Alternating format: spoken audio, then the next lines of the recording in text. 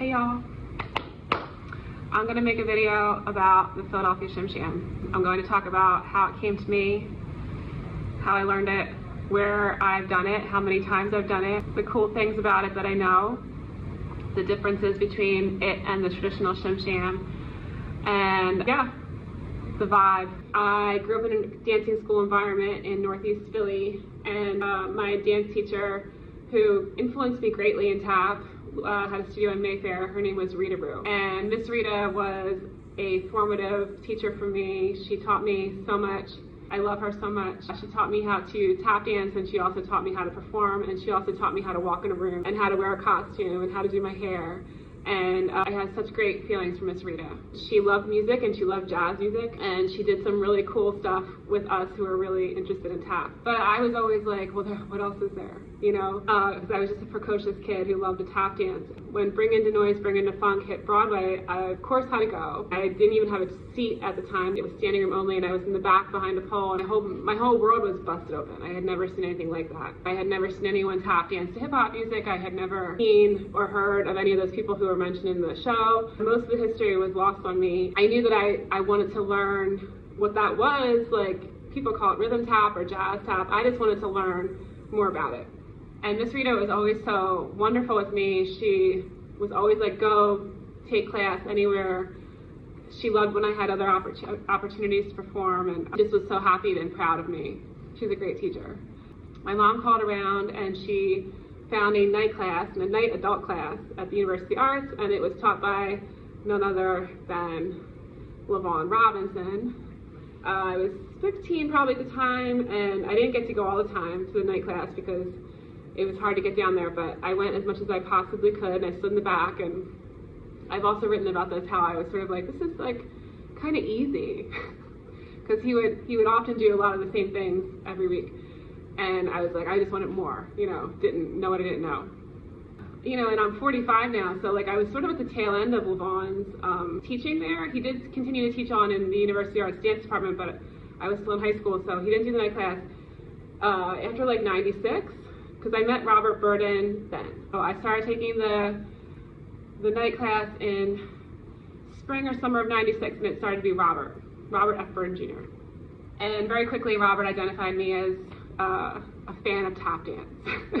And he invited me to be a part of his company at the time, and it was me and Arthur and Bethleen Pancoast and Corinne Karen and Tim Yu and Amy Smith and Sharon Belmonte. I believe that was all of us at the time. And I was only 16, so it was like, my whole world was like on fire. I felt like I was like, you know, the coolest. And Robert would often have like interesting places we would rehearse. One day he was like, are you available? It was like a noon time, weekday noon time.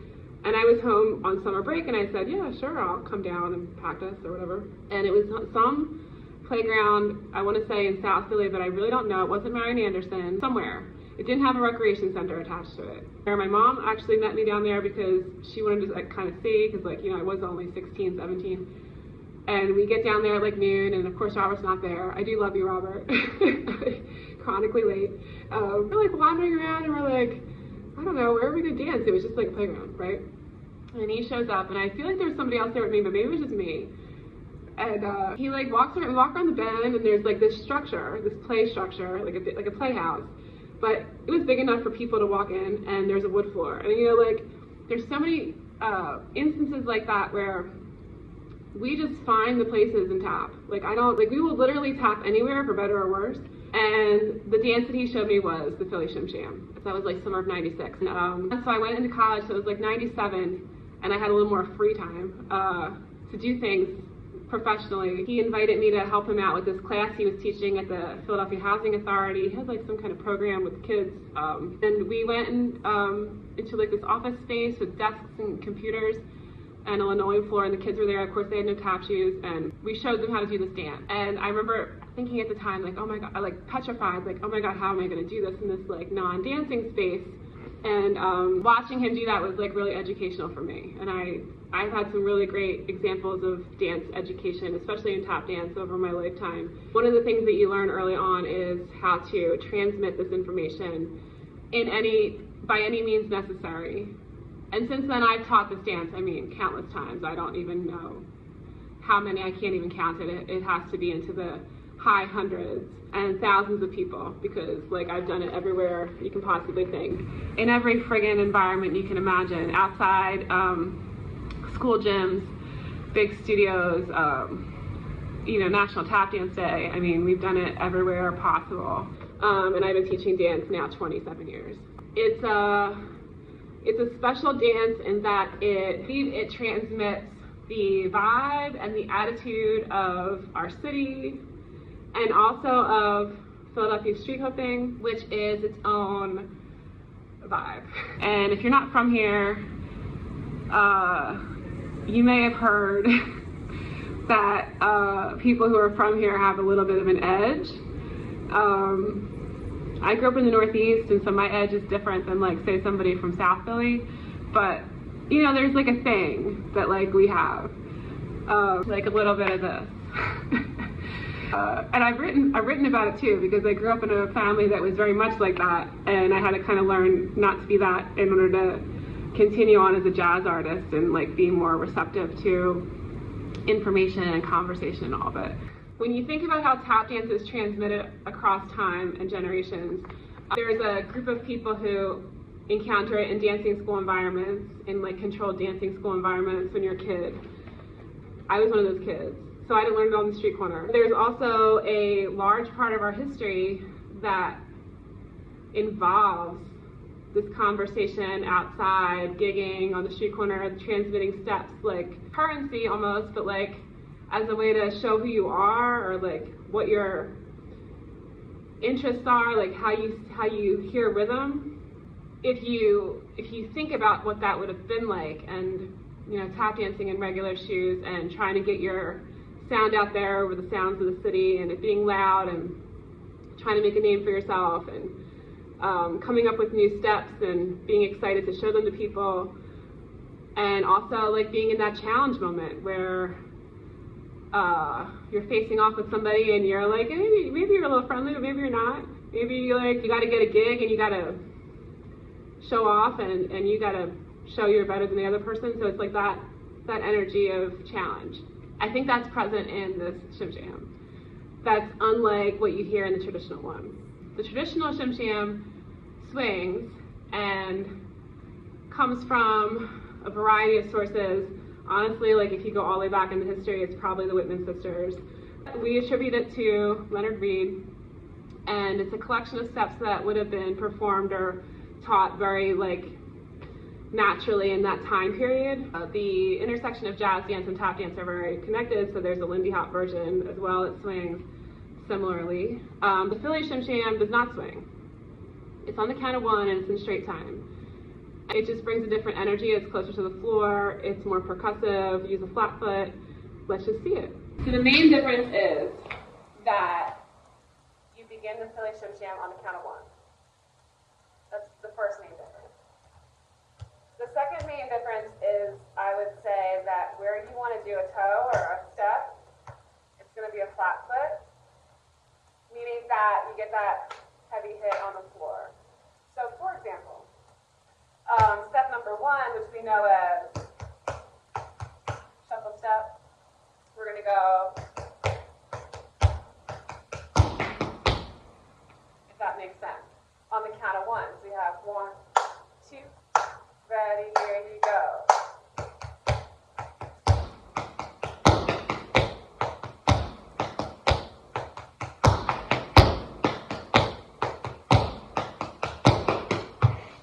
Two, three, 4. Yep, and then you get a different break. So this break does not exist. This break is going to come across like you're drawing a line. You're going to throw it there. Hold 2, 3, 4, which we typically say out loud here in Philly, and then this long clap, which may look familiar to you. Although, I just saw Karen Clayton a couple of days ago, and she was doing a different clap, so that was new to me. In my 45 years, I have never seen a different clap, so we need to get together on that. So step number 1, 1, 2, ready, there you go.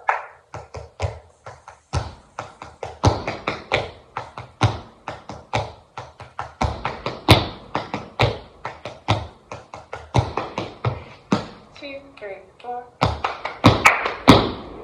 Okay, step 2 is very much like the traditional one. We're on the count of 1 though, and it's going to be flat feet, and it's going to be however you want to put it dance that. Trying to keep the language clean, but one. Like if I was doing the traditional one, I usually do a little sugar. This one I don't do that. I go on the count of 1, 1, 2, ready, here you go.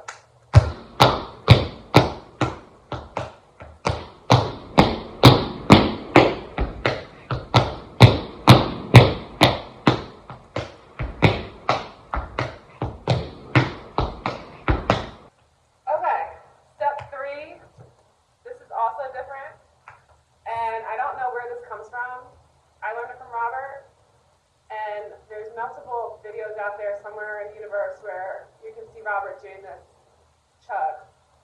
But instead of doing the traditional into the tack Annie, you're going to get this step. This is a mix of a chug and a ska, but not really. So if you watch Robert do that, he often does like that leg. I don't do that. I just get like a little chug, but that's going to be on the, so we finish, tacky, tacky, tap, tacky, tacky, tap, tap. And that's going to be the top of each of them. There's no break in the step 3, like there is in the traditional. It's going to go through 4 times. And I syncopate that slightly. I push that beat. Some people do it on the 1. If you go back to the video on the Philly Tap Fest Instagram, I think we pushed it different ways. And that's also very endemic to this version. So you push that chug however the break you want, and it also has that like underlying straight time feel. So 1, 2, 1, 2, 3, 4.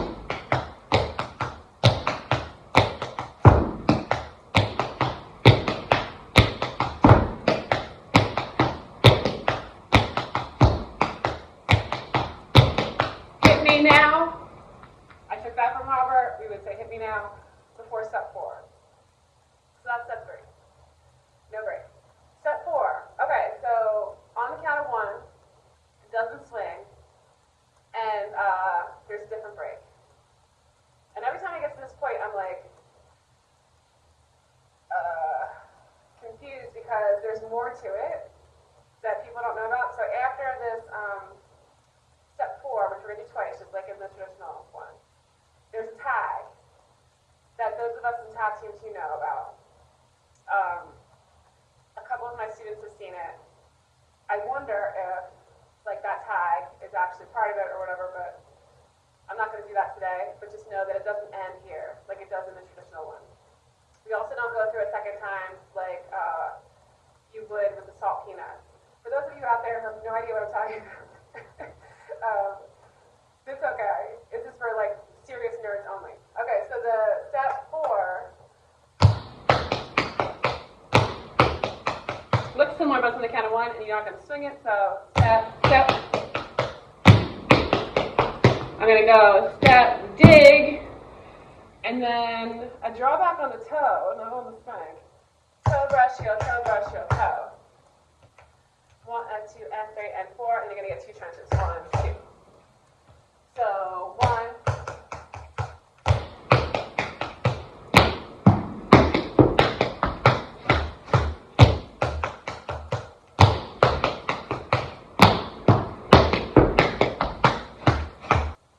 At this point for my students, I just finished it up with shaving a haircut. But there is more to that. Okay. I hope you enjoyed learning that. I didn't break it down, but, you know, I think those of us who know those steps would know them. I'm curious to know what you think.